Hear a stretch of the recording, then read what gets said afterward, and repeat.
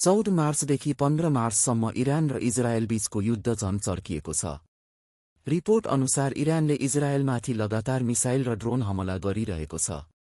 अहिलेको युद्ध सुरु भएदेखि इरानले इजरायलतर्फ 290 भन्दा बढी मिसाइल र 500 भन्दा बढी ड्रोन प्रहार गरिसकेको बताइएको छ। द वाल स्ट्रिट जर्नल 14 र 15 मार्चको बीचमा पनि इरानले नयाँ आक्रमण जारी राख्यो।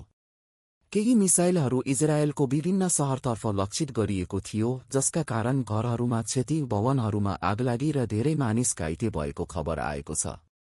केही रिपोर्ट अनुसार कम्तीमा 8 जना घाइते भएका छन्। न्यूज अनलाइन यस युद्धको प्रभाव इजरायलमा मात्र सीमित छैन। इरानले अमेरिकाका सहयोगी देशहरू रहेका खाडी क्षेत्रका सैन्य बेसहरूलाई पनि निशाना बनाएको छ। रिपोर्ट अनुसार Bahrain, Qatar, Kuwait, Saudi Arabia, UAE र जोर्डनमा रहेका अमेरिकी सैन्य बेसहरूतर्फ पनि ड्रोन र मिसाइल प्रहार गरिएको छ। विकिपीडिया खाडी क्षेत्रमा धेरै मिसाइलहरू एयर डिफेन्स सिस्टमले बीचमै रोकेको भए पनि केही ठाउँमा क्षति पुगेको छ।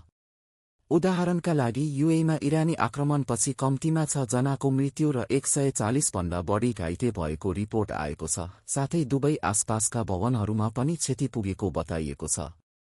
विकिपीडिया यस युद्धले हर्मुज स्ट्रेट र खाडी समुद्र क्षेत्रमा पनि ठूलो तनाव सिर्जना गरेको छ।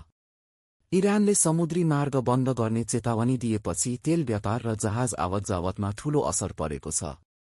द गार्डियन 15 मार्चमा इरानले आफ्नो 2000 किलोमिटर रेन्ज भएको सेजेल बैलिस्टिक मिसाइल समेत प्रयोग गरेको खबर आएको छ, जसले युद्ध अझ खतरनाक मोडमा पुगेको देखाएको छ। द इकोनोमिक टाइम्स अहिलेको अवस्थालाई हेर्दा यो युद्ध मध्यपूर्वका धेरै देशमा फैलिने जोखिम बढिरहेको छ।